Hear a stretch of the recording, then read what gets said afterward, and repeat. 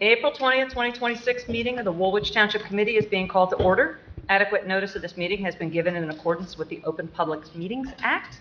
Roll call, please. Committeeman Frederick. Here. Committeewoman Minhas. Here. Committeewoman Williams. Here. Deputy Mayor Nocentino. Here. Mayor Mathias. Here. If everyone can please rise to salute the flag. I pledge allegiance to the flag of the United States of America and to the republic for which it stands, one nation, under God, indivisible, with liberty and justice for all.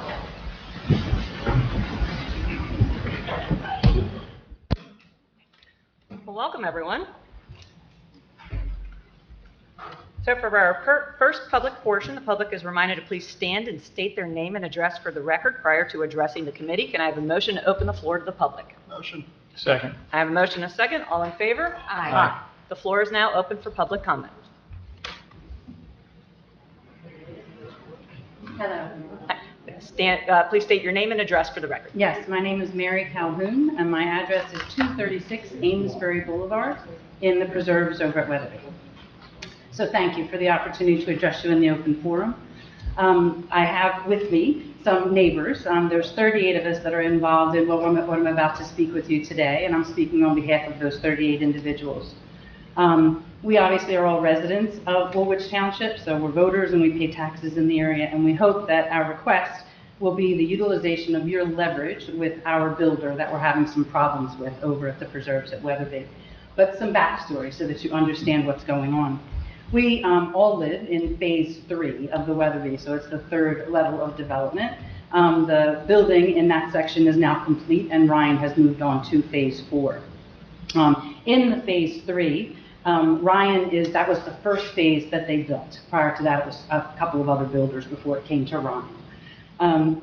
What the concern is that our driveways and our aprons and our sidewalks are deteriorating at a massive rate. What we've come to find out is that this problem that we're having is called spalling, and it's where the first layer of the cement just basically is crumbling.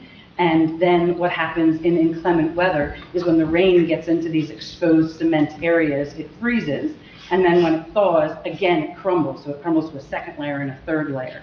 I mentioned we're in a 55 community, so it's actually becoming a liability at this point in time because the cement is physically crumbling. We are only in phase 3 for about 3 to 5 years now, so the rate of this deterioration is kind of unheard of. Ryan, as we approach them, Ryan Builders for phase 3, are deferring any accountability to this cement issue, finger pointing to other areas but saying it's not their concern and not their concern to fix. We know for a fact that there are 3 homes in the phase 3 development that went to the builder with the same concern, and their driveways were indeed cracked open and repoured. And the spalling is no longer occurring in those 3. So it's shocking to us that they are now claiming that the accountability is no longer theirs. They've currently moved on to phase 4, which is the final phase in the preserves at Weatherby. It's about 250 additional homes. And visually looking at their driveways, we are seeing some of the same concerns coming up, and they've only been in there for 1 to 2 years at this point in time, so surprising as well. So again, I'll go back to our request. Our request is that we ask that you would utilize your leverage with Ryan Homes to make sure that they secure a fix for our problem, and they hold themselves accountable to a quality product for the folks that live in Woolwich Township. And secondarily to that, there is still a bond that sits out there that Ryan has not secured yet. We ask that that remains not secured until they actually fix the problem that we are experiencing in phase 3 of the community. That's about it. So I would just need to know what we, as the residents of the preserves at Weatherby, need to do to secure that support from you all. Can I ask specifically, is it just Amesbury or Amesbury and what? It's, well, phase 3 is Amesbury, it's Van Buren Court, and it is the first half of Eisenhower and Taft. The second half of those 2 latter streets is then phase 4, so only to a certain point. So pick a president, and that's probably what.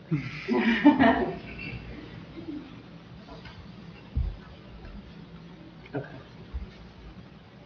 Okay. Thank you very much for sharing your concerns. I don't know, I'll wait, if anybody wants to add anything else, you can come up and. I didn't realize. All right, they're all sitting. Woo-hoo. All right, thank you. All right, so, I know you did a great job with that. So, I know our administrator and our engineer are here, and I don't necessarily want to put you on the spot if we can address this later, but if you do have an answer that we can provide, because I am not 100% familiar, other than I know that, as you said, that bond, we're still holding on to it because I believe we know that there's issues. So can Jim or do? Yeah, I don't know that I've heard from anyone part of phase 3, I'm not sure, but we've certainly heard of the issue. You have heard from me. Have I? From Kennedy. Okay. Yes. Yeah, all right. Yes. And at my phases, sometimes I'm not sure exactly what phase it is, but we have discussed on other phases, it's the same exact issue.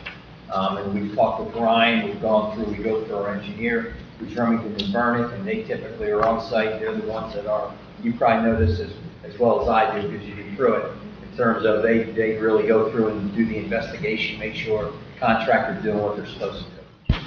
Typically, from my understanding, and I don't want to get too deep into it, but it's not, on our end, we're on, where it starts to divide is the sidewalk and the driveway. Driveway becomes more on the Ryan issue, our issue is sidewalk into the street.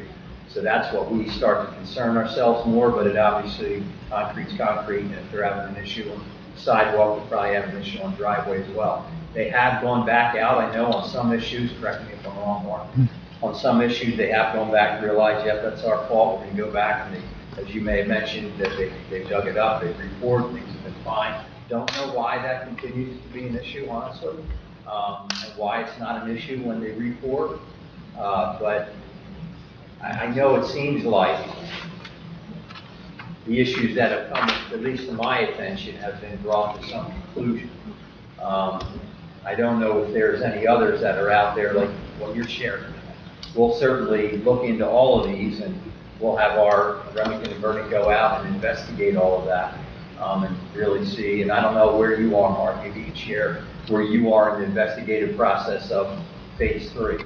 Right. So, so there's a bit of nuance to it as well. So within phase 3, there are multiple sections, and each section has their own bond. So there was a section 1, section 2A, section 2B, and then sections 3, 4, and 5. Sections 3, 4, and 5, I believe, are what is currently under active construction. Ryan Homes are building under those 3 sections at the moment. Section 1 is still on performance bond because there were some outstanding issues, mainly the basin at that point, but that's still under performance bond. Sections 2A and 2B, the performance bond has been released, and that is on maintenance bond. I'll have to double check off the top of my head. I'm not entirely sure what is covered under the maintenance bond because every section is different based off of what the township will assume ownership of once construction is completed. But I do know that there is even further nuance within that, in that there is the developer and then there is Ryan Homes within each section. So the developer is in charge of the wholesale development and the common areas. Ryan Homes is responsible for the construction of each individual home lot. So whatever is within the confines of an individual property boundary, Ryan Homes is responsible for that. So the house, the driveway up until the sidewalk, and then the sidewalk within an individual lot. The driveway apron, so the little portion between the roadway and the sidewalk that you drive up on to get to your driveway, that is typically on the developer because it's outside of the property line boundary. So there's levels of nuance with each individual thing. I do know that there have been conversations that I've had with McKee, who is a developer for Phase 3, Section 1, Platinum, who is a developer for all the other sections, and Ryan Homes, who's been the builder for every section regardless. They've been saying that a lot of the spalling has been due to salt damage that the HOA for these individual developments has been laying down salt when they shouldn't have. Typically, they recommend to not lay salt down for the first winter after concrete is poured. You lay down like a sand as opposed to salt to help de-ice sidewalks and melt the snow. And that can lead to spalling. It's difficult to say that it is the direct cause of it. There are some signs, but sometimes it just spalls because it just spalls, whether poor workmanship or otherwise, and it's very hard to tell what exactly is direct cause. I believe that there has been reports of the landscaping company that the HOA uses for salt, or rather for snow removal, using salt, and so that is what Ryan Holmes has been pointing the finger at least in the conversations that I've had. But yeah, I think I've talked around in a circle. I'm not really sure where to go. But that's at least the investigation that I've done so far on my part, and there is layers to kind of every portion of this. Okay. Well, it's interesting issues that you got going on here, and as you said, there's layers to it. So what I can do, and what I would suggest, is if you wouldn't mind, since you came up to speak for everybody, if you can make sure that our administrator has your email address, and then you can be the point of contact for everybody, because it will be slightly difficult for us to relay all the information, but if you can send it out.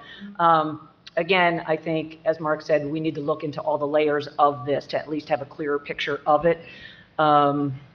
At the very least, what we'll do is we'll have a meeting with Mark, with the developer, and with Ryan Holmes, and we'll sit down, walk through it, we'll do a site visit, walk through it, and see what's there. All right. So yeah, give me that email, and I'll be able to contact you. Okay. You got it. Right. So at least we can have a clearer understanding, a clearer picture of everything, and understand where everybody is on it. So, all right. Thank you. Anybody else from the public care to comment? All right, seeing no one further from the public, I will make a motion to close. Second. I have a motion and a second. All in favor? Aye. All right, so the public portion is now closed. You're more than welcome to stay for the entire meeting if you would like. If not, please see Jim with the email address. Ordinance 2026-07, ordinance to exceed the municipal budget appropriation limit to establish a cap bank, NJSA 40A:4-45.14. This is the second reading, public hearing. Can I have a motion to open the floor to the public for ordinance 2026-07? Motion. Second. I have a motion and a second. All in favor? Aye. All right. Any questions from the committee? All right, then the floor is now open for ordinance 2026-07. Seeing no one come forward, motion to close. Second. I have a motion and a second. All in favor? Aye. And a motion to adopt 2026-07. Motion. I have two motions. Can I get one of them to switch to a second? Second. All right, I have a motion and a second. Any further questions on this? Again, this routine thing that we do every year. Hearing no questions, roll call, please. Committeeman Frederick. Yes. Committeewoman Minhas. Yes. Committeewoman Williams. Yes. Deputy Mayor Nocentino. Yes. Mayor Mathias. Yes. 2026-08, ordinance establishing the position of finance assistant. This is the second reading, public hearing. Can I have a motion to open the floor to the public? Motion. Have a second? Second. All in favor? Aye. The floor is now open for public comment on ordinance 2026-08. Seeing no one come forward, I'll make a motion to close. Second. And I have a second. All right, all in favor? Aye. And can I have a motion to adopt 2026-08, ordinance establishing the position of a finance assistant? Again, this is something that was very, very standard. We already have a person in the position, which we will approve in the resolution. This is just clearing up the wording so that we can have it in the salary ordinance. So, motion, do I have a second? Second. All right, motion and a second. Any questions on it? And roll call, please. Committeeman Frederick. Yes. Committeewoman Minhas. Yes. Committeewoman Williams. Yes. Deputy Mayor Nocentino. Yes. Mayor Mathias. Yes. 2026-09, ordinance establishing the position of tax assistant. This is the second reading, public hearing. Can I have a motion to open the floor to the public? Motion. Can I have a second? Second. All in favor? Aye. Floor is now open for ordinance 2026-09. Seeing no one come forward, motion to close. Second. Motion and a second. All in favor? Aye. And can I have a motion to adopt ordinance 2026-09? Motion. Can I have a second? Second. I have a motion and a second. Again, this is just clarifying language that we are adding here for tax assistant. This is not a necessarily new position as far as hiring somebody new. This is assigning somebody their duties that they're already performing. Hearing no further questions, roll call, please. Committeeman Frederick. Yes. Committeewoman Minhas. Yes. Committeewoman Williams. Yes. Deputy Mayor Nocentino. Yes. Mayor Mathias. Yes. Ordinance 2026-10, ordinance establishing salaries for certain officials and employees for the Township of Woolwich for the calendar year 2026. This is the second reading, public hearing. Can I have a motion to open the floor to the public? Motion. Can I have a second? Second. All in favor? Aye. Aye. The floor is now open to the public for ordinance 2026-10. Seeing no one come forward, motion to close. Do I have a second? Second. I have a motion and a second. All in favor? Aye. And a motion to adopt 2026-10. Motion to adopt. And do I have a second? Second. I have a motion and a second. Any questions? I will specify that there was a slight de minimis correction on one of the stipends to match what we're putting inside the budget. So it's adjusted the positions, the copy that you have, the copy that I have in front of me, adjusted by $500. And that is the Trico GIF Fund Commissioner and the, oh, sorry, no. I just gave you a raise. Whoops. Trico GIF Second from on the far Safety left. Coordinator. The safety coordinator and the claims coordinator. And again, we're seeing this increase because of the workload and with adding the firefighters and just the level of claims from the police. So it's a $500 adjustment. That's the de minimis change. So if there's no further questions, then roll call, please. Committeeman Frederick. Yes. Committeewoman Minhas. Yes. Committeewoman Williams. Yes. Deputy Mayor Nocentino. Yes. Mayor Mathias. Yes. Sorry there, Jess. All right. Resolutions. Can I have a motion for a consent agenda for resolutions 2026-231 through resolution 2026-240? Motion. Do I have a second? Second. All right. Any removals? All right. Then can I get an all in favor? Aye. Aye. And can I have a motion to adopt consent agenda for resolutions 2026-231 through resolutions 2026-240? Motion to adopt resolutions 2026-231 to resolution 2026-240. Do I have a second? Second. Okay, I have a motion and a second. Are there any discussions on these items?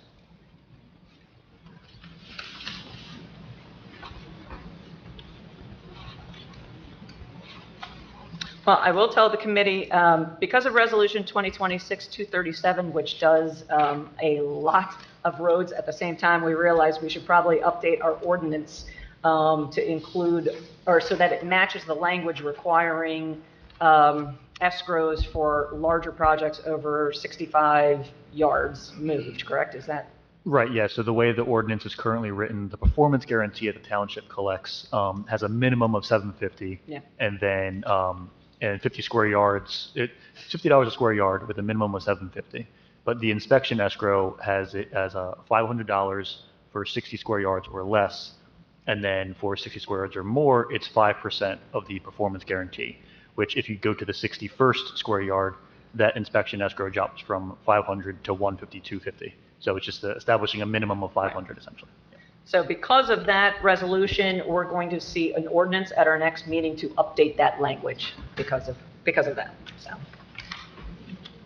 all right, if there are no further questions, roll call, please. Committeeman Frederick. Yes. Committeewoman Minhas. Yes. Committeewoman Williams. Yes. Deputy Mayor Nocentino. Yes. Mayor Mathias. Yes. All right, reports. Administrator? Yes, thank you. Personnel, as you know, we've hired 3 full-time firefighters who are off and running, talking with the chief, they're doing well. Had the official swearing in last Tuesday, which I'm sure the mayor will share, but that was a really nice time for them, the family, and everyone who was there. So that was very, very good. We also, as we shared before, when Bill Miller came, our UCC official, a couple meetings ago, we are in the process of hiring another part-time plumbing inspector as well as part-time electrical inspector, and probably we'll have that in front of you by our next meeting, those 2 individuals. And just a couple things, Russell Mill, Back Creek Road, Markle hit all of our roads and everything, but they did finish, South State did finish the pipe going across the road. We did have some issues with the bump there. They did go out, and it looks like that's smoothed out and doing well. They do still need to put a curb in along the side, because that water will just continue to go where it's been going. But they don't automatically just go to an inlet because you put it there. So we have to put a curb in the road, which we're waiting for that to happen, as well as Mark will then go out and do a punch list. There is some water collecting on the side, so we're working on that, why that is as well. So, and they did also pay part, if we go down Russell Mill, they did pay part of Russell Mill, which looks good as well. So what was the explanation on Back Creek? Why did they create that? Create what? Well, they put the pipe in. Why didn't they bring it up to surface level? That is the Right, question. why did they create all of a sudden we had a dip? Did they not drive over it? Yeah. Well, It did, but probably didn't think through it. They So- didn't think it was that big. There was a little bit of a ramp there, but it wasn't much. And when you go fast, they're going through with big trucks, so they probably, Yeah. for that. when you do install a pipe, there is a tendency sometimes it can, like the backfill around the pipe that you install, it can settle under the vibration of all of the cars that are driving over it. Sometimes all of the soil and the fill that you put in can kind of shake around and settle, and it brings down the level of the road minorly, but enough of a difference that when you drive over it, you can certainly feel it. And I drove over it last week and felt it as well. So yeah, we brought that up to the contractor. They went back out. They said, yeah, it's settled too much. So they went back out and leveled it out. And Well, they did the other half, so they just finished all at once. But it was. right, yeah. I don't blame that on self. Yeah. That was a quick settlement. I'm like, So, good try. That was a 5-day settlement. Yeah, I think usually you're right. I think there is settlement there, but I think there on that one end, like maybe Miscalculation? one end was fine, the other end was a 1-inch dip. So, yeah, they went out, they did it quickly, which was great. They came out fast, and Mark was out there quick, did a great job. So. But the paving is going to, I forget the exact, it goes up to the turnpike, or how far? No, just where the pipe is. There's no. That whole plan was just, I thought it included the pipe plus a portion. No, just where the pipe is. That's what was on the plan. So we're saying that's done. The design was just for Wow. the pipe and where it was, and then the trench That wasn't the for original. the pipe. Okay. Yeah, you saw the white stripe they put there, the 6-foot stripe. That's the paving. Hence why we're going out for more grants, Yeah. because it really doesn't go as far as we thought it would. Yes, we do have a grant that's out there now for paving that exact spot. Kings Meadow, you can see the development going on there. I took a drive through the back roads that they paved through Kings Meadow and Fair Share Housing. And it's interesting as you drive through it, you see how fast the foundations are going up. I mean, they're out there on Saturday, they're pouring the foundations, they're rocking and rolling, so they want to sell homes as fast as they can. So that's really starting to now keep our construction guys and inspections going quickly. So they're moving fast on Fair Share Housing as well. You can see a third building out of 6 is up, and they're enclosing those buildings. Farmland preservation, we did have a meeting. That's on page 16 and 17 of my report. We did meet with state, county, local officials with SADC on 4/2. April 2nd, made it clear that we didn't have any intention to really meet the demands that they made on us at Woolwich Township.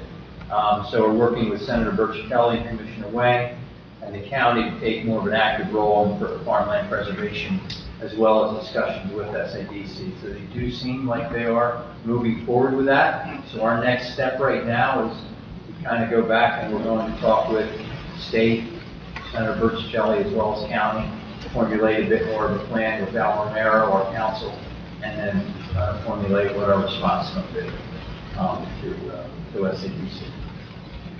So they're really staying strong with where they are right now in terms of their presentation to us and what they've offered to us to get out of the plan. So they really know we're not going down that direction. And then they kind of try to throw out, well, we're going to have to get the bank board back together. It took them a year to do it last time, so hopefully, I said, we said on there, we'll start to collect them and get them rolling because we're gonna make a presentation before then. What would they need to bring the bank board back for?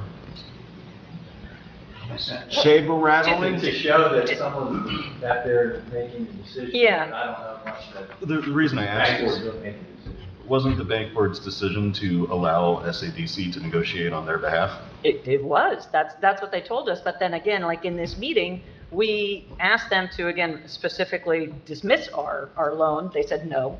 And then so we made them the initial offer that we made to just get out of this, which was $250,000. And they also said no to that.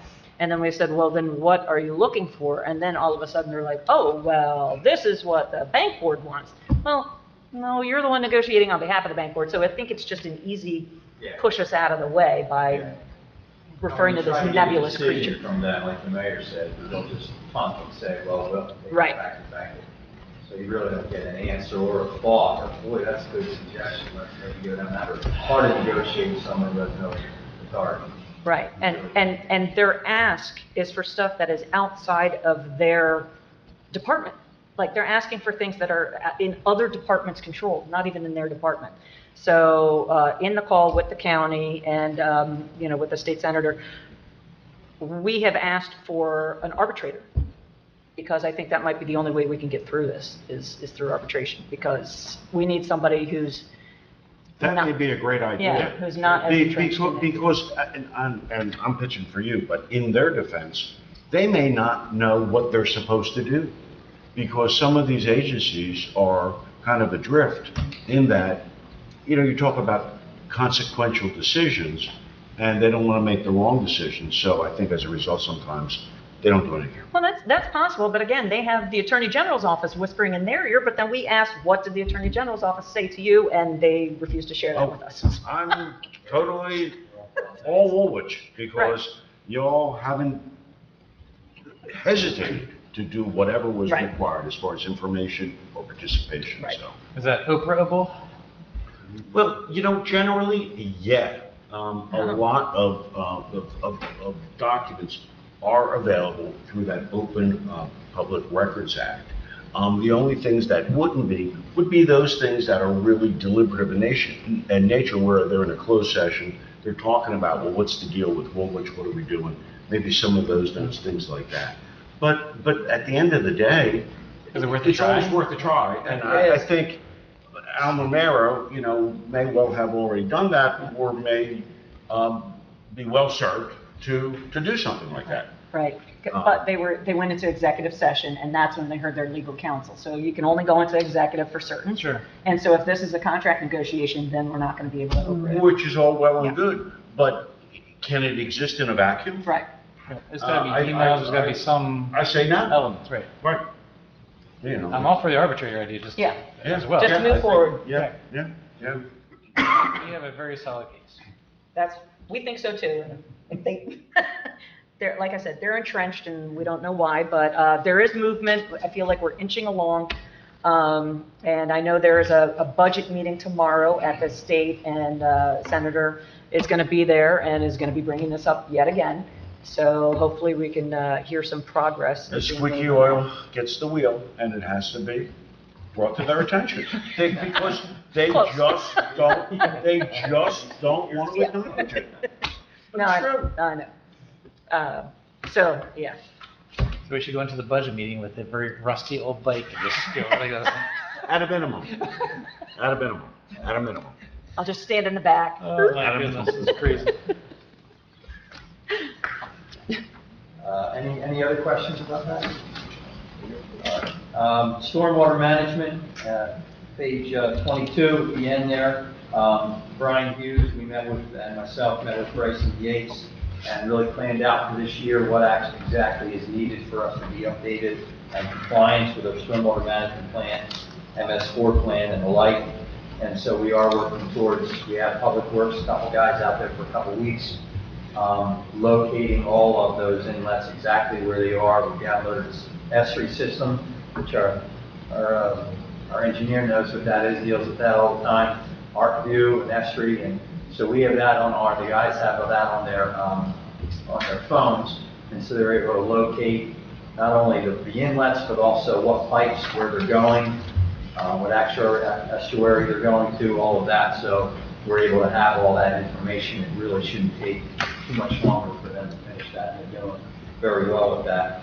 And then we'll be meeting with them this week, Bryson Yates, to see where we are now and what needs to be done next to update that plan, which is due in the May, June timeframe. When does the street sweeper requirement come into play?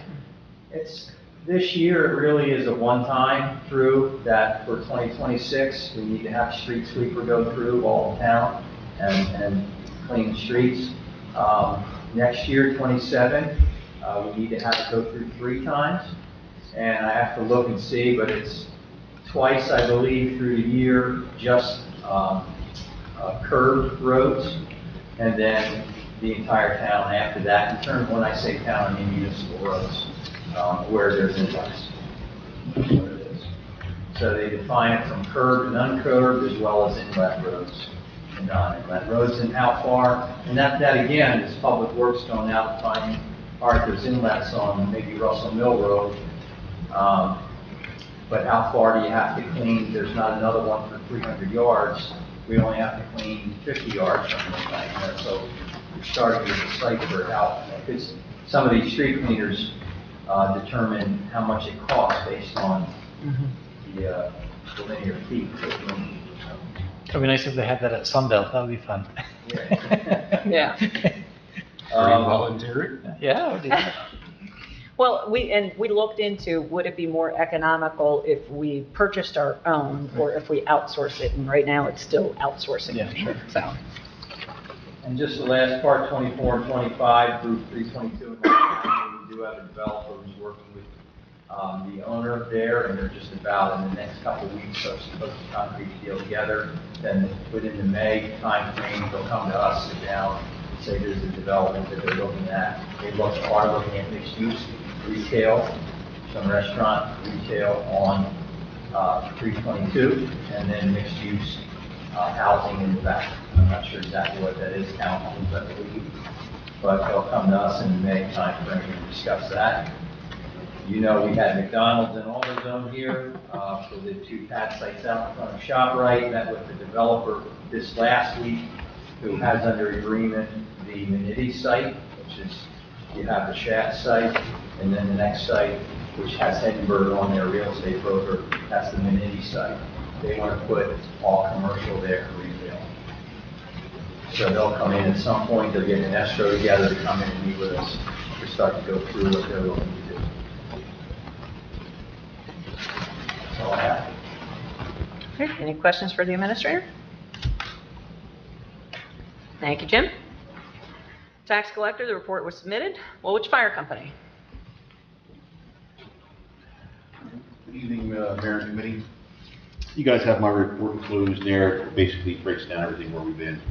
60 incidents for the month of March, 32 in Woolwich, 3 in Logan Township, 4 in the Turnpike, 1 in Powell's Grove, 12 in Swedesboro, 1 in Harrison Township, 4 in South Harrison, 3 in East Greenwich. The guys have been basically, we're getting all our mandatory stuff done, our usual stuff that we have to get done every year, the next quarter and a half. And they have the live burn set up here for the month of May, so if anybody's interested on Saturday, would like to. What's the date? I'm going to say it's going to be, I want to say the first weekend of May. I'll confirm that though. I know they're taking that out, so you're more than welcome to come here. We also, we're setting up a drill that's going to happen out at 280 Lock Avenue, which is the warehouse, June 27th, which is a rural water operations deal where we're going to be moving some water into the area, things like that, and just trying to meet the ISO ratings. So when ISO comes out, we can show that we did a drill this year and what the gallons per minute was and what we flowed there and so forth within so many minutes. So that's all coming together right now. My new cheese buggy has been in service for a month. I finally got it after a year later. It's been in service a month, and it's been out on quite a bit of calls since. You better like it. Is it everything you wanted in there? Everything's in there. It leads to what we're actually moving the fire department into a more technological role versus paper, more computerized. So that truck has the system and it's computerized where this coming Wednesday, myself and the deputy and a few others, we from other fire departments fly out to FDIC in Indiana.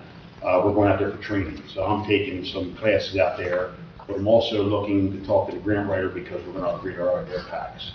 When we upgrade our air packs, we're going to an accountability system on the air packs for the large warehouses and things like that. So I'll be able to, at my command vehicle, at any incident that we have, they're wearing air packs, watch their air management through that screen, see where they're at. It takes less of a toll on somebody if they're caught and they have to cloud data and you know exactly where they are. So it helps out. So moving this technologically, moving to the future, that's what a lot of companies are doing right now, and we're one of the 2 or 3 in this county that's moving that direction, which is good. A couple of classes we're going to be taking, large-scale incident management classes with the warehouses and things like that. You guys know a month ago we were over Logan with the big explosion over there. So a lot of those big, when we move these warehouse communities into our place and you get these different clients that move in their things and they're manufacturing things like that, things happen. So we're moving that role in there to get these guys up on speed.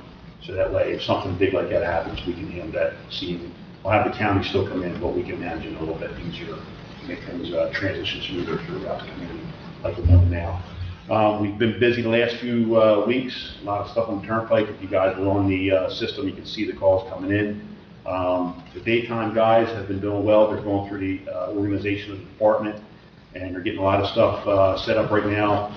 We're going to have a voluntary PI fellow come in, so they're working on the paperwork, getting that stuff together, so that's all squared away. We're actually moving the whole paper system to a automated, computerized technological system where we're going to do a lot better on our asset management for our budget, for where our resources are being used, our equipment's being checked, constant inspections for the new updates to the ISO, or for ISO and OSHA, for the new standards coming out. A lot of this stuff is paper anymore, it just gets too much. You don't put so much paper in a cabinet. So we're going to move everything to the cloud, and it's easier when if OSHA does come down, if something ever happens, or if they decide to come and do a major audit, this stuff they can pull up on the cloud and see it, and we're trying to beat the new standard and be on that new standard. So it's come together as well. But the new guys been on almost this is the 3rd week they've been on. They've been doing well. They've had a few calls during the daytime. They've got out quickly. They've had some. They've been on some calls. Another calls come in, so we've been there. So it's worked out well. And things were worked out really well. Thank you. Any questions? No. So I know, again, we're still in the middle of the study that we're doing, and I know you're sharing information back and forth with them. And so I believe we should be getting a summary, not exactly full details, but at least some sort of check-in as far as, draft document coming up. Yeah, we just shared some more information. We got some more information going to them on Wednesday. And the information I had shared to you, and they actually reached out to the county. The county's like, no. And then they reached out to the state, and I was at a meeting, and county chief's meeting, the state guy reached out to me. He's like, you guys not giving information. I said, who's speaking about information? Yeah. So he goes, that's what I kind of figured. I'm like, well, I don't beat around the bush. Yeah. So yes, and then hopefully we should have that also coming up. So. Like I said, once I get the dates for training, you guys are more than welcome to come anytime to the academy. It'd be nice to see some people come out. I know the mayor likes to come out and play, maybe with Frederick. He'd come out and see what it's about, and see the guys do at the academy, things like that. Well, thank you. Yes, it was a fantastic ceremonial swearing in. You did a great job with that, and everybody at the firehouse. And it was really special to see everybody's family there and all that. So thank you. All right, Swedesboro Fire Bureau, the report was included. So, Chief. Only a few things in addition to the report. We're still waiting on guidance from the state on the e-bike laws. Still nothing put out. Reminding that our Youth Academy is running July 27th through the 29th. It's going to be from 8 to 4. It's open to all Woolwich, Swedesboro, and South Harrison youth going into 6th, 7th, and 8th grade. I have a flyer up here. I'll give you. That's put on social media. It's hanging in our office. The locations will be finalized. Generally, we have it at the schools, but we're working with the superintendent to figure out which school we're going to put in. If not, we might end up having here at the municipal building again. We're just trying not to disrupt every day here in the building. And the academy is free of charge for any of our residents, thanks to our fundraising partners. We had our second day of Operation Goal Zero, which focuses on dangerous driving behavior. It was on April 14th. Resulted in 53 car stops, 32 summonses, and a DWI arrest in 6 hours. The Police Unity Tour is making a stop at our municipal building on May 9th, 11:45 to noonish. They'll be here for about an hour. We're going to be putting a bunch of information out. I know the mayor's aware. Trying to get as much support as we can from the township and the residents and local law enforcement, everybody. Which I think it's going to be a pretty big event. We're still working all the particulars out, but that'll be all put out shortly, including the route, so everybody who can choose around Woolwich will know when the riders are coming through, and they can show the support in the roadway if they don't decide to come here. Our distracted driving campaign is still ongoing. It runs till April 30th. We have 18 shifts set up, and that's all through grant money. So we're still working on that, and that's about it. It's been a busy month. Calls for service are going up, and everything else. All right, thank you. Any questions? Oh, what's the date for the Police Unity Tour? May 9th. The day they're going to be here is going to be Saturday, May 9th. Okay. So Chief, when you have on your list like you have an amount of money that, is that, but then in your report you put like fraud or credit card or that it was taken out of people's account, is that where that number comes from? So or if you is look it at the report, a are you talking about vehicle, like total stolen, total recovered? Yeah. So that total stolen would be the total, whether it's fraud, whether it's a vehicle. Well, that was a vehicle that was stolen. That's why that money's so high. Okay. And then the money recovered is if the case is solved, we recover assets or we recover the vehicle. That's what that is. But that's every crime combined that has a total monetary. Okay, so the credit card fraud, they're still reporting it to you to get the report, Right. but that necessarily, or doesn't necessarily stay with you, that investigation would go to the county, or? No, we handle all that Okay. in-house. And if it's something that our guys can't handle because of tech they're using, or they're out of the country or out of the state, Right. we lack jurisdiction, that's when we get the state or the FBI. Well, that's kind of what I was wondering, like, again, a lot of these fraud scams that we're hearing about, that, people are getting scammed out of their money, if it stayed here or if it went somewhere else. Well, we run as far as we can with it, but Okay. I would say 99% of the time, they are out of the country. Okay. It's different countries within Africa, South America, where we just don't have any jurisdiction, and they're very, very smart with the tech. So they're cloning phone numbers, IP addresses, they're VPNs, they're bouncing everything everywhere. It's not even trackable. But it's just unfortunate the victims, once they supply the green dot card prepaid numbers, they're gone. It's instantly gone. They're untraceable. There's nothing we can do whatsoever. Yeah. So we're trying to just get ahead of it and get it out as much as we can, but unfortunately it keeps happening. Yeah, I just finished my cyber training phase 2, so the rest of the committee, I'm sure you're right on that as well. But no, that with the cloning and all the scams, and it made me wonder, like, if we're hearing, and I saw in your report you had some of that as well. So I didn't know. And generally, unfortunately, they're targeting the 55 and older communities. Right. So I don't know exactly how they're targeting them, how they know who they are. But that seems They're to be. calling landlines. They do that as well, yeah. But a lot of times they are getting the cell phone numbers somehow because they're keeping these victims on the phone, not allowing them to hang up, not giving the opportunity to call the police, call a family member, and they're directing them to a bank or to CVS or something to buy those prepaid cards. Right. And by the time they figure out what's going on or actually say something else, it's too late and money's gone. Right. If you think we need to put out anything for community awareness, please. Yeah, we'll let me definitely keep know. putting things out. We also have it at CVS. We have flyers hanging up on all the prepaid cards, Okay. on all the shelves, just to give someone a Good. further warning. Yeah. But Okay. All right. Thank you. Any further questions? Thanks. Great. Township Engineer. All right. Good evening. I have a couple of updates in addition to my report. The 2026 Local Recreation Improvement Grant. This was for Phase 2 of the Center Square Road Walking Trail Rehab. The township was awarded $63,200 as a part of that grant. So our office will be preparing a design and inspection proposal for that, and we'll get working on developing those plans for construction when we get authorized. Yes. So just a reminder, so that scope of work is from Valley Forge Drive east towards Auburn Road. And we still have that one section that we don't own, and I know we looked up the property owner at one point in time, and did we ever get anywhere with getting an easement on that? We did, yeah. I know that we went through tax collector and we got information, so I'll do that again. Okay. And I think we'll be able to nail down who that is. Okay. And we have tried to get grants for that connector as well and have been not successful. The Garwin Road and 322 traffic analysis report. We had submitted a draft to the mayor and the administrator on the 10th. We had a brief meeting today just to discuss some edits we would like to, you guys would like to see in terms of just further explaining some of the data that went into it and some of the rationale behind why some options were not feasible. For instance, a one-way on Garwin Road south of 322. And also kind of incorporating the traffic data that went into it and why certain data was used and certain data was not used. And we'll just edit that report with those things and resubmit it. I know you wanted to have that buttoned up for the town hall meeting next month. So that's our goal. Yes, so I know that's kind of jumping ahead, but since we have the results of this and we had promised the community that we were going to do it, I was thinking that this could be one of the topics for our town hall. And then RVE would come present the findings, and then we could have it on the smart board and everything like that, and then we can get all the residents back in to see everything that was done in this study. So we'll talk about that for when we get to old business, but. Okay. Can we have a copy of that then? Yes, you'll have a copy. Well, so we wanted to have this meeting today because I think it needs to be tweaked a little. So as soon as it's done tweaking before the meeting, the committee would get a copy of it.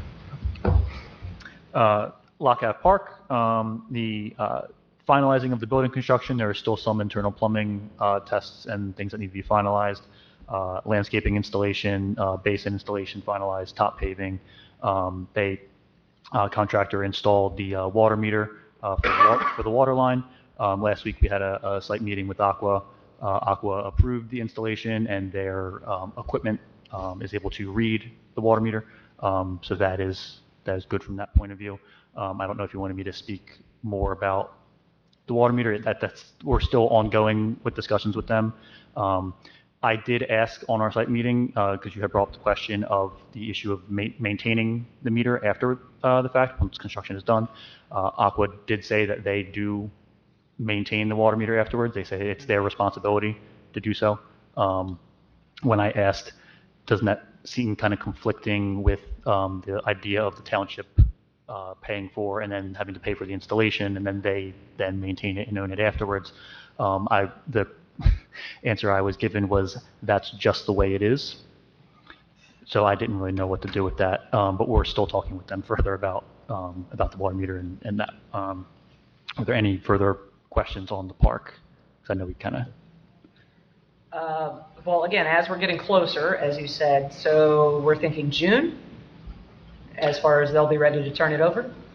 Yes. Yeah, right now, with all the delays that we kind of had with Aqua both last year and this year with the water meter, the contractor is looking for end of May to be substantially complete. Okay. All right.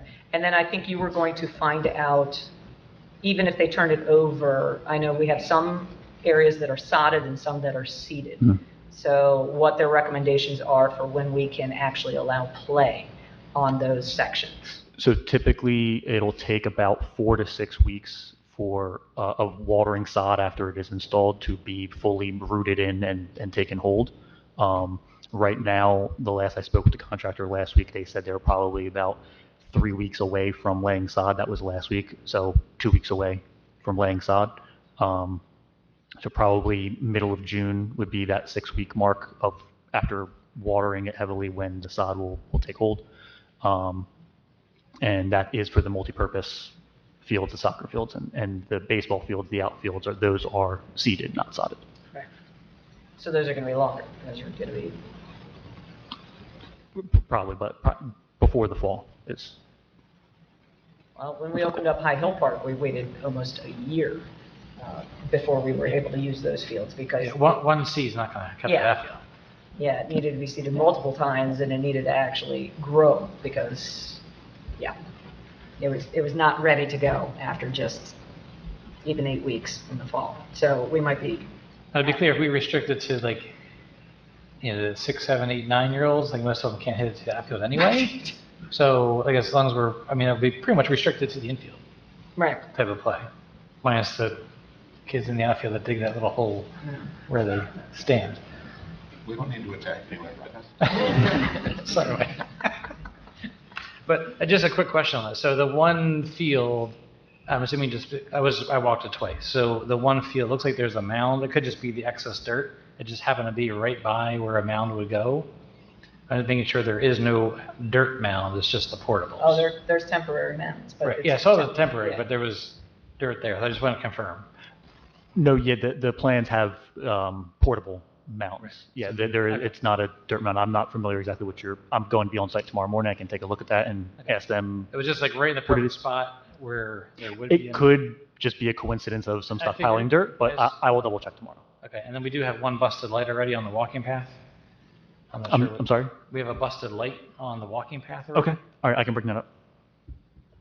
And then Do you know exactly where on the walking If path? you're going on where the old football field is, I guess that's the south side.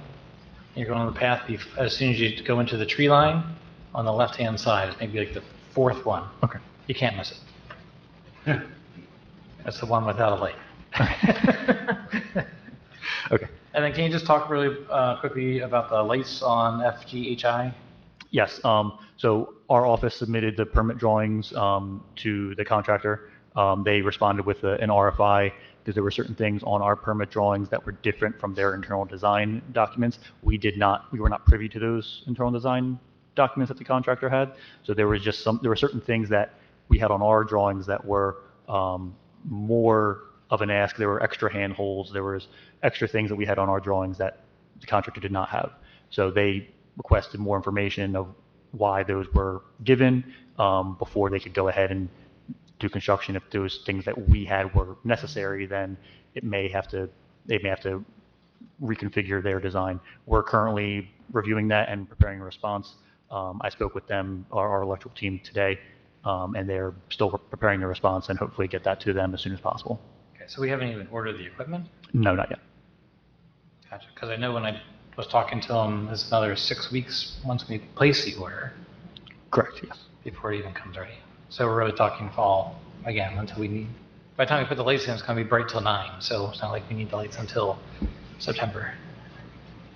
Yeah, but even that, now it's been several months since we approved the purchase of it, and I understand we approved the purchase, Deerfield didn't order the stuff. Are we now then going to face upcharges Right. that we're going to have to eat because Deerfield didn't order it because RVE didn't get the plans to them in time? Like, are we going to start seeing change orders on this already? No, there shouldn't be. Usually when they submit a price for it and they get approved for it, they can't just say, oh, it took too long, now it's more expensive. They agree to a price, we agree to a price, and they have to honor that. So I heard no change order. Reach out to Deerfield tomorrow. That's fine. We would contact Deerfield and call tomorrow. Okay. Okay. I was going to say, we've seen all throughout this project, prices go up. So I hear you, but I also don't hear you. Because everything has been change orders. And I know it's because of different circumstances, not necessarily ordering an issue. But there's been several price increases over the life of this project. And especially if you're now mentioning different design than what they had internally. To me, that means that they didn't anticipate for it when they put their bid together and are now going to charge us more in order to meet your designs. So that's what I'm asking. But when I met with the guy, and he actually came to the meeting when we Right. approved, he was adamant that all the specs and the numbers and Matched. the lumens and all that matched perfectly. Oh, his does, but now he's talking about amperage and I don't know, additional things that might be needed. Deerfield Electric. Deerfield Electric, not the actual components. Yeah. Yeah. Right, yes. What Geosport presented was kind of like an annotated aerial markup of where the poles were going to go, and then how the lumens at each point in the field would be, like what the unit of lumens would be each point in the field. That's great, and that's what they proposed, but then there has to be the wiring and the infrastructure and tying into the existing electric and the handholds that kind of are installed in the ground that can be accessed later for maintenance purposes and things like that that weren't included in Geosport's conceptual design for where the poles would be located and everything like that. Okay, well, I want to be crystal clear then, because for field F, we changed the location of the pole. Is that still, okay, can we just make sure that the pole ends up in the right spot? Yeah. Yes, That's no, it. in the permit drawings that we sent back to the contractor, they use the latest that Geosport design of the pole moved into the new spot, and that's what was used for the basis. My confidence level was not quite where I wanted to be, so I just want to double check, because otherwise we're stuck. Right. We can't move the field like Right, we want to. yes, Okay. understood. Great, thank you. Anything further on the park? It's a great path. No.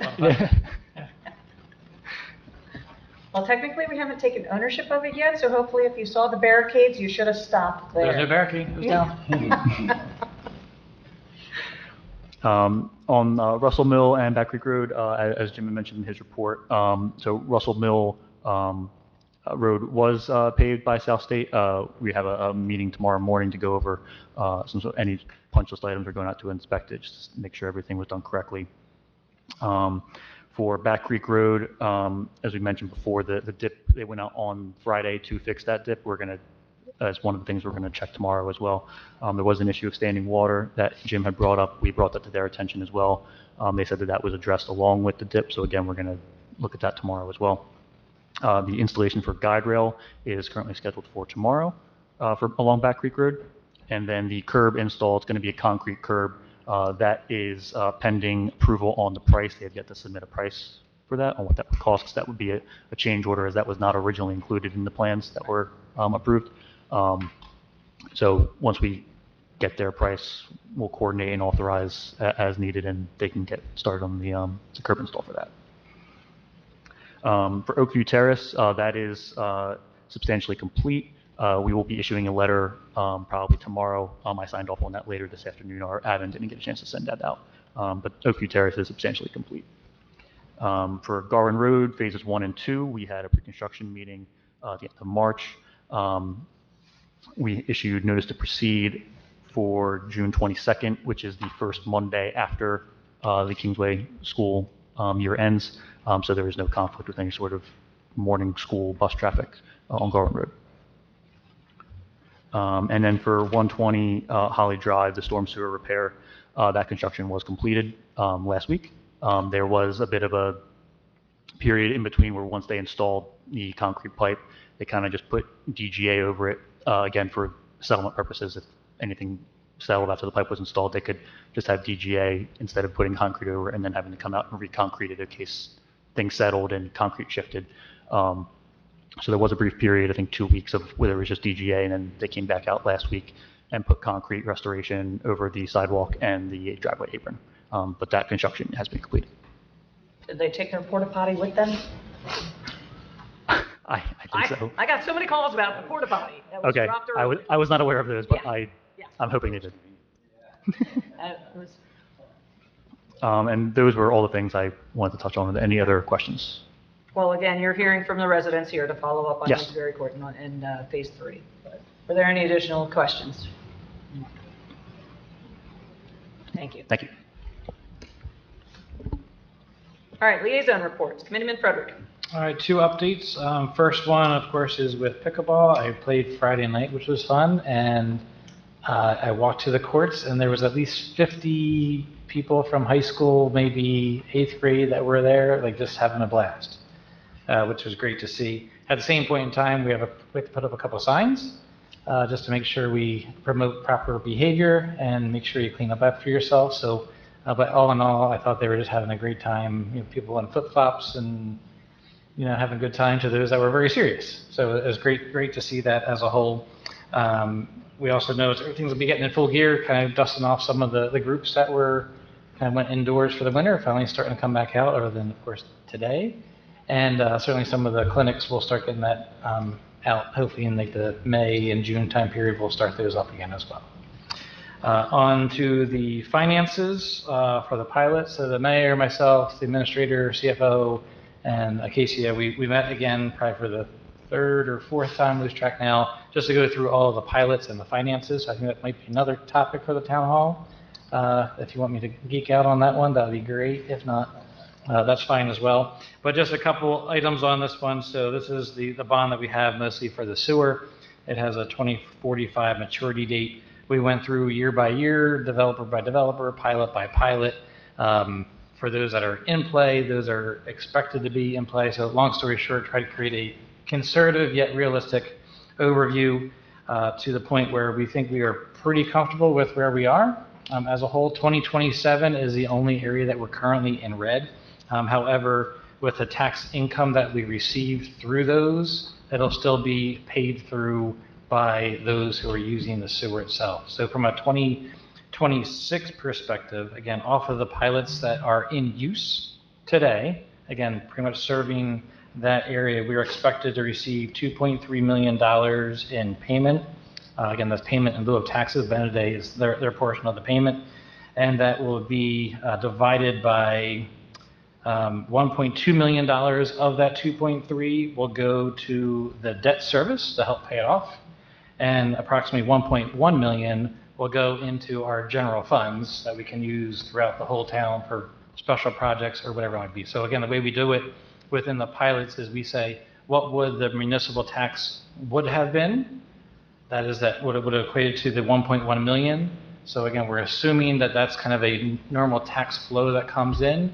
And then the excess for now, for those first 10, 15 years or so, will be going back to pay off the debt service. And then the numbers, of course, increase over those last 10 years of the pilots where there's a lot of funds coming in that we can, again, do many different things for. So long story short, it is coming along nicely from a dollars and cents. We are still closely watching the development of those that do have an agreement, as well as there are others once they come in that we talked about some retail that certainly doesn't have pilots tied to it. That would just be additional ratables that would come into the town as well. So it's definitely looking very promising from a dollars and cents perspective. So more to come. Good. Thank you for that. Yes, I know there was a lot that goes into it, and these are a lot of big numbers, but it helps to form a good financial picture for the future. I did find out one of the questions that came up in our meeting was with 100% affordable housing projects, state says we have to give a 50% discount for sewer connection fees on it. However, if we have written into our financial spending plan, we can reimburse ourselves from our trust fund for that 50%. Perfect. Okay, good. And we have it written in there. Nice. So we can technically, again, apply that towards our sewer payments for ourselves. So that's good news for those two sewer projects. For those two 100% affordable. Good. Can we do it for the portion? For the 50%, yeah. Okay, nice. Yeah? Yeah, I thought we could. That's awesome. Yeah. Yeah, so now I got to find out exactly like what's the mechanism, but as long as it's in our spending plan anyways, then we can just apply for it, so. All right, any questions for Committeeman Frederick? All right, Committeewoman Williams. Okay. Parks and Rec, we have a senior craft coming up on May 6th, and that will be held at Board and Brush in Sweetsburg. Then our big event of the year is May 16th, Family Fun Day. We are currently looking for vendors and sponsors for that event. So you'll start seeing the signs advertising it, popping up through town soon, and also in the Newtown Press. So look forward to seeing you all there. All right, thank you. Any questions? All right, Committeewoman Minhas. All right, trash and recycling report for March. There were 61 extra cardboard collections. There were 87 metal collections scheduled, which was 0.81 tons, equaling to $144.20 received. There were 238 bulk collections, which was equivalent to 20.86 tons. The mayor and I were talking earlier in regards to plastic bags being thrown in the recycling. It's up to 100% again. So we were both trying to figure out how to get the residents to not throw plastic bags into the recycling. It's kind of hard to manage a whole, I know Deputy Mayor Nocentino has gone through this also. I'm not sure if, Deputy Mayor, what did you go through it when you were handling? The Environmental Commission spent basically a year trying to solve this problem, and doesn't feel like much in the way of a solvable problem.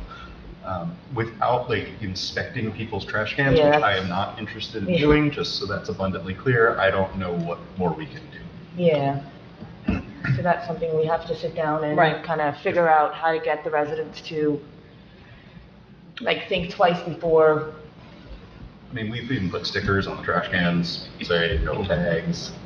There's a bag with the bags, throw it. Not when they put the trash in, but like just generally on their thing. But yeah, I think we got to come up with something, because structured into our shared service agreement with Logan Township for trash and recycling pickup is a caveat that if fuel exceeds a certain dollar price, we then get hit with a fuel surcharge. So this last month, we've gotten hit with a very large fuel surcharge. And if we could get our trash and recycling down off of 100% to even 50%, that's where we could, I don't want to say save that money because we're spending it one way or the other, but we could allocate that money towards it instead of for recycling fines, we can put it towards this fuel surcharge.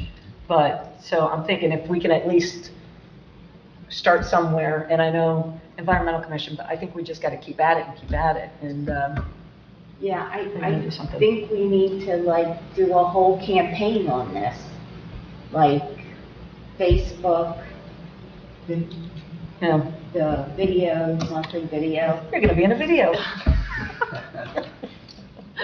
Well, I am very adamant with recycling my plastic here.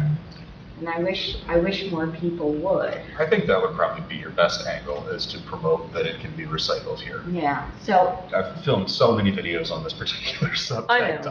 I know, it's getting over the general thing. I think people just put a plastic bag in their recycle can, they put all their recycles in there, and then they take their plastic bag and think that's recyclable. And we got to get over that. Yeah, I mean, I've been discouraged on this because I've spoken to people and said, hey, you can't do that, it costs money, and they're like, well, it's gross, so I'm going to do it anyway. So that's the level of response we get.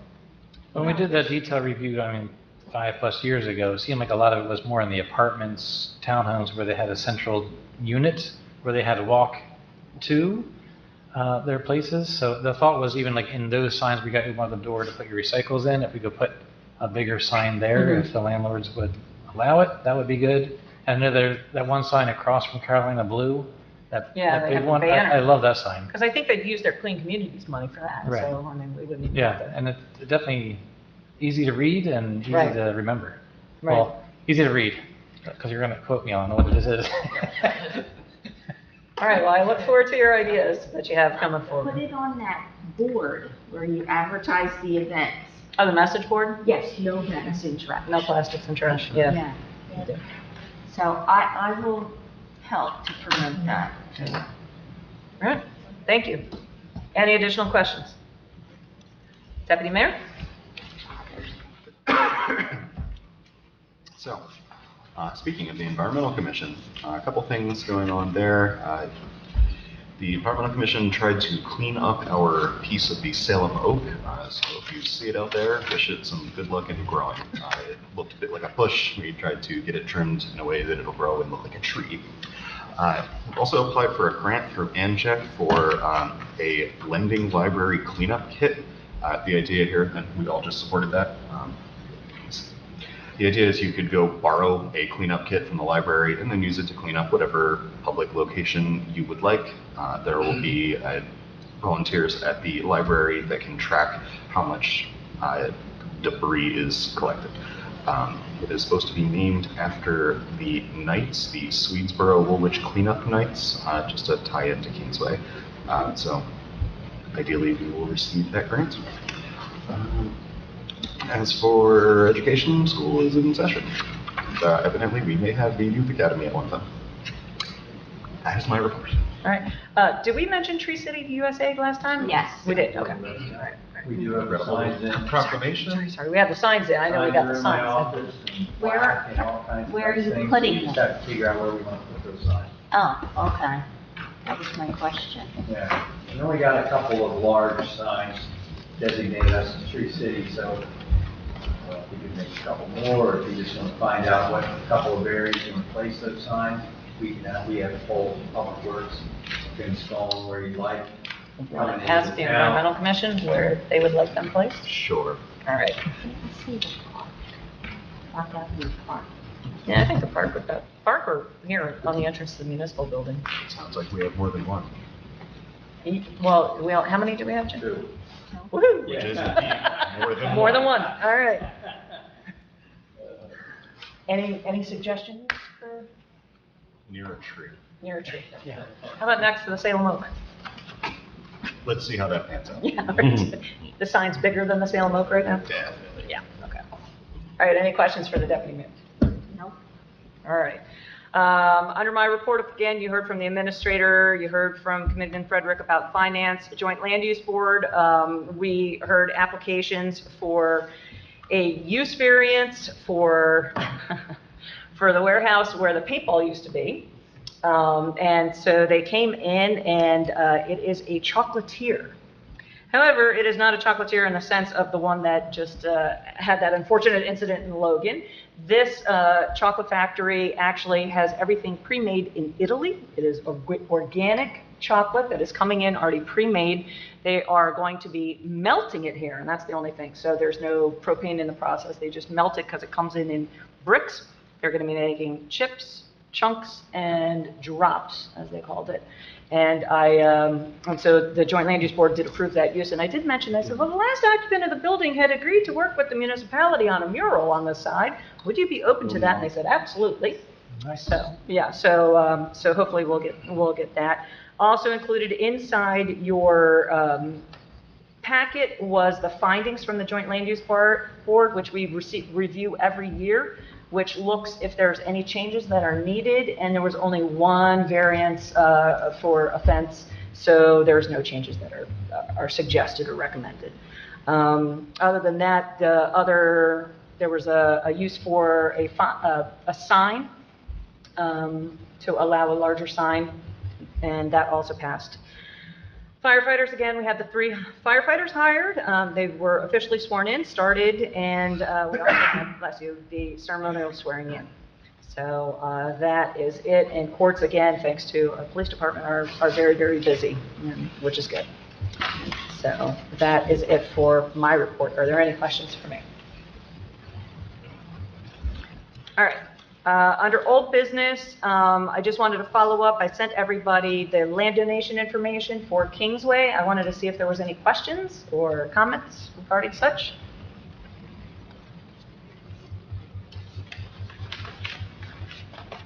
Okay. All right, good. And we should see that at our next meeting.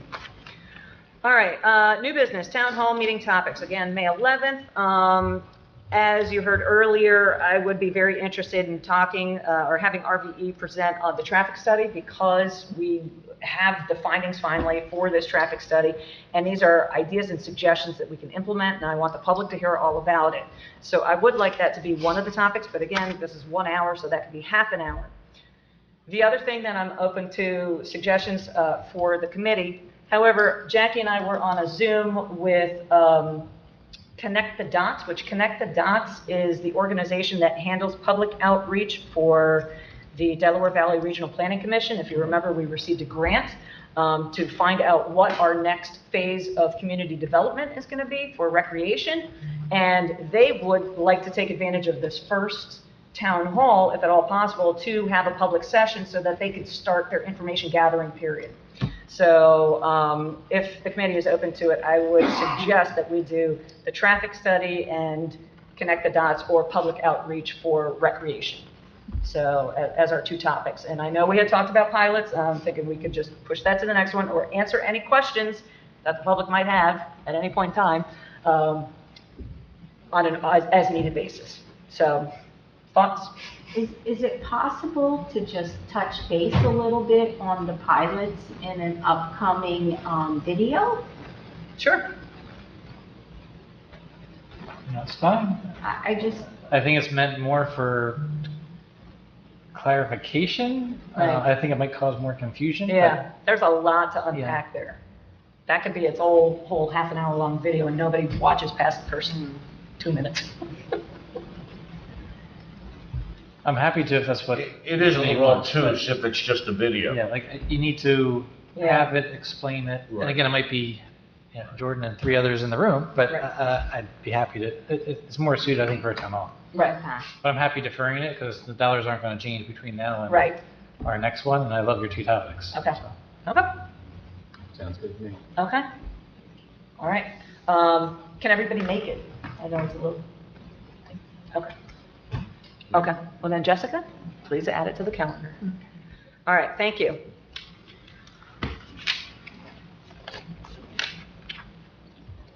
All right, anything else for new business?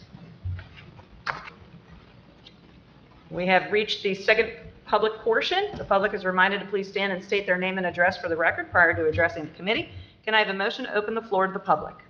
Motion. Second. A motion and a second, all in favor? Aye. The floor is now open for public comment.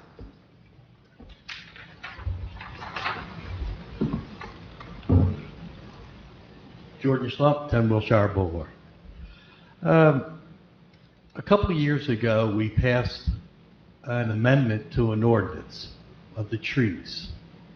An amendment of the ordinance, if I remember it right, stated that you can't have a tree between the curb and the walkway. And I asked at that meeting, if someone has a tree and it dies, can it be replaced? And also, does this apply to the whole community? I never really got any answers as usual, and so I'm back asking the same question. I'm asking for a reason. You go by the chocolate warehouse, we'll call it that for now, 8 to 10 of the trees are dead between the curb and the walkway. What's the requirement? I will have to look it up. I cannot answer that off the top of my head. Okay. Next part of that is, through our new park, it's done the exact same way.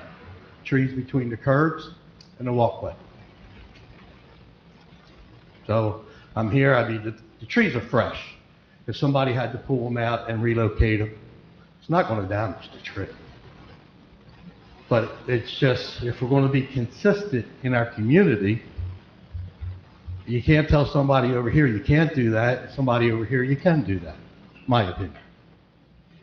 Yeah, Jordan, just a question on that one. So I've walked it twice, but I feel like it's not your normal, in a development you only have like say 2 feet, 3 feet. I feel like between the parking lot and the pathway is much larger.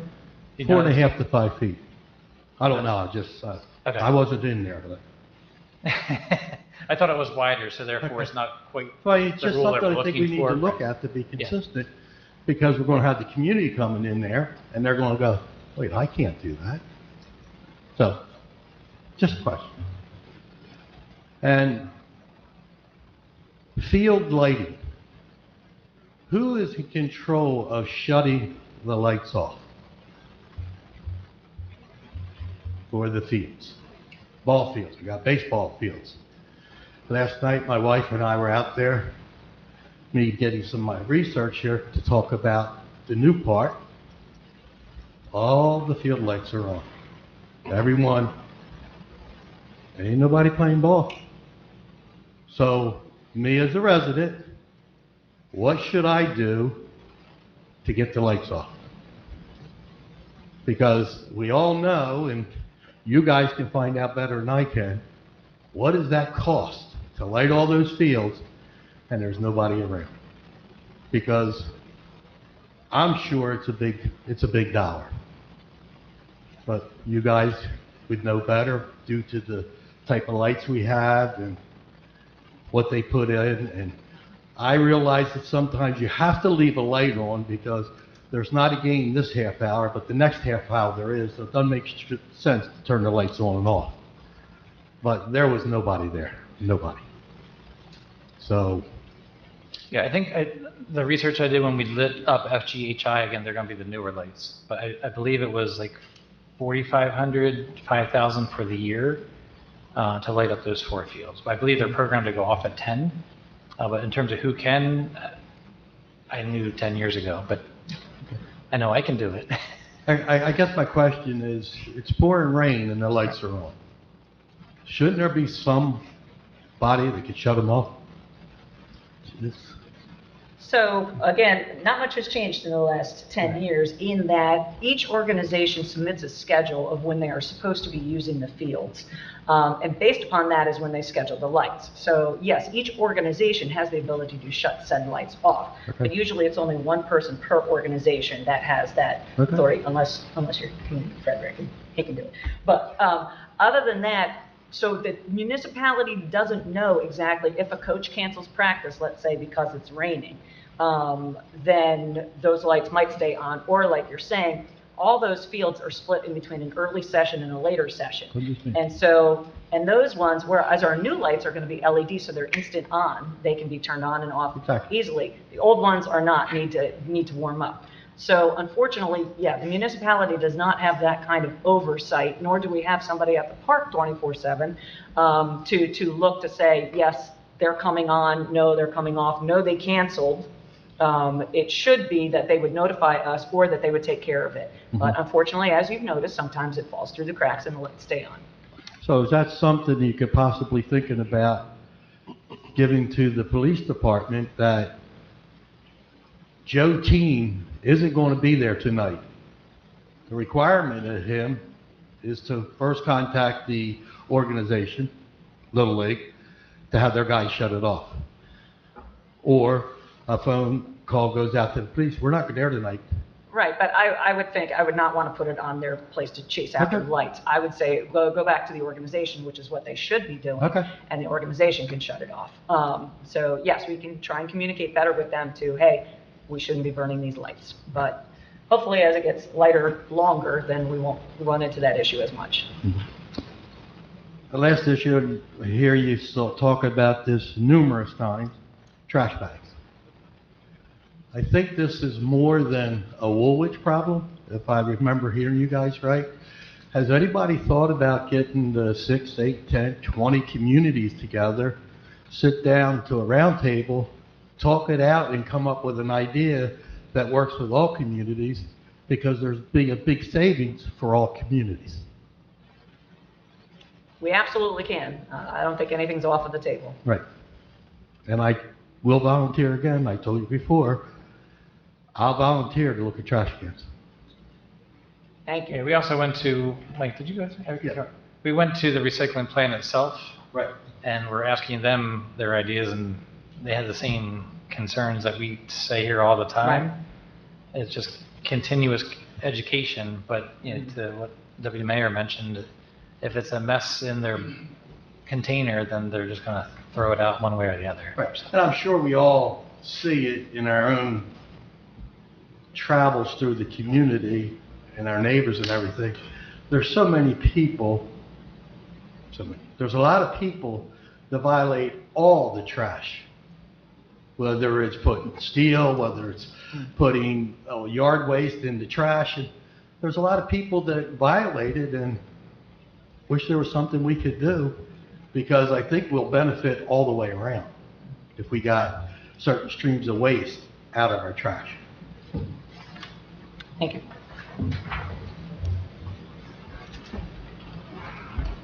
I have a question, but I'm not sure. Good evening, I'm Jeff Burke. I live at 150 Eisenhower Drive. I'm new to the community, and been going to HOA board meetings to live at the preserves of Weatherby. I wasn't part of the concrete yet, so I'm kind of out of that, but I went to their meetings and things like that. But I'm trying to get a handle on, we're about to spend $2 million on repaving the first part of our development. When did that all take place? I mean, I understand that I've been told they're private roads. How do you get, how can I go back and research how that all started? Good question. I don't want to waste your Yeah. time. It gives me something to do. I'm recently retired. And I mean, I know it'll be I'm not real happy with the board, but I'm new. So I just want to kind of do a little. I think it goes back, and correct me if I'm wrong, either Jessica or Jim, like to the founding documents of like when the development was approved. Yeah, so. Over 20 years ago. Longer. I think, Okay. it's close to 30 years when it was first approved, because that was one of the original sections of Weatherby. So yeah, you're looking at an approval from 30 years ago, just where about. do I just? You can put in an OPRA request. Yeah. So there's a form available on our website, and you can go in there and it'll say what you specifically are looking for, and the more specific it can be. So you could say, not articles of incorporation. Okay, an incorporation document, or any site plans or major minor site approvals. Okay. You could ask for something like that for what is known Is as that common Weatherby. in Woolwich Township? Mayor, Yeah, please. only because if you make that request, which is entirely sensible and appropriate, you may want to call before you actually turn it in, because a lot of these things will have very large plans, which are difficult to copy. And you may say, well, I absolutely need to see that. And you may want to have a visit and just look at it, hang on. Or you may want to copy. I'm just trying to give you options. Yes, I know. So you may just want to, because you're here, so you may just want to come by and look at some of these things. Who would agree to that? And then paperwork. But then you also want, and that's why I asked the mayor if I may speak, you also want to send an open request to DCA, and that's Department of Community Affairs, or Division of Community Affairs with the state of New Jersey. Because HOAs have to register with them, and they have, I'll call it sheriff duties when it comes to like a million things. I mean, you can't believe they've got their tentacles everywhere. Affordable housing, HOAs, all this kind of stuff. So there are probably two things you want to hit. And you can do it less formally because, you're making it easier for the people in Woolwich if you call first and say, well, do you have this stuff? And what exactly is it? And, does it make sense for me just to send you a request, or should I come by and look at it? Have a dialogue, that sort of thing. They just want to help, so. I mean, I was part of an HOA in Antrim Township. The only thing we were responsible for were basins and insurance. They provided, if we had a private road or something like that. This is just a different. But you'll have insight, because sometimes you're looking for something and you just for something else. Yeah. Okay, thank you very much. Well, all right, seeing no one further from the public, motion to close? Motion. Second. I have a motion and a second, all in favor? Aye. And can I have a motion to approve the minutes, regular and executive minutes dated March 16th and regular minutes dated April 6th? Motion to approve. Do I have a second? I will actually second that because I know we're going to have a lot of abstentions in some of them. All right, so all in favor? Aye. Aye. And Abstain, April 6th. Abstain, April 6th. Abstain March 16th. I knew that was going to happen. All right. And can I have a motion to approve the bills and purchase orders as submitted? Motion. Second. I have a motion and a second. Any questions? Then roll call, please. Committeeman Frederick. Yes, abstain all Verizon bills. Committeewoman Minhas. Yes. Committeewoman Williams. Yes. Deputy Mayor Nocentino. Yes. Mayor Mathias. Yes. And can I have a motion to adjourn? Motion. Second. I have a motion and a second. All in favor? Aye. We are adjourned. See you at the next meeting, May 4th. May the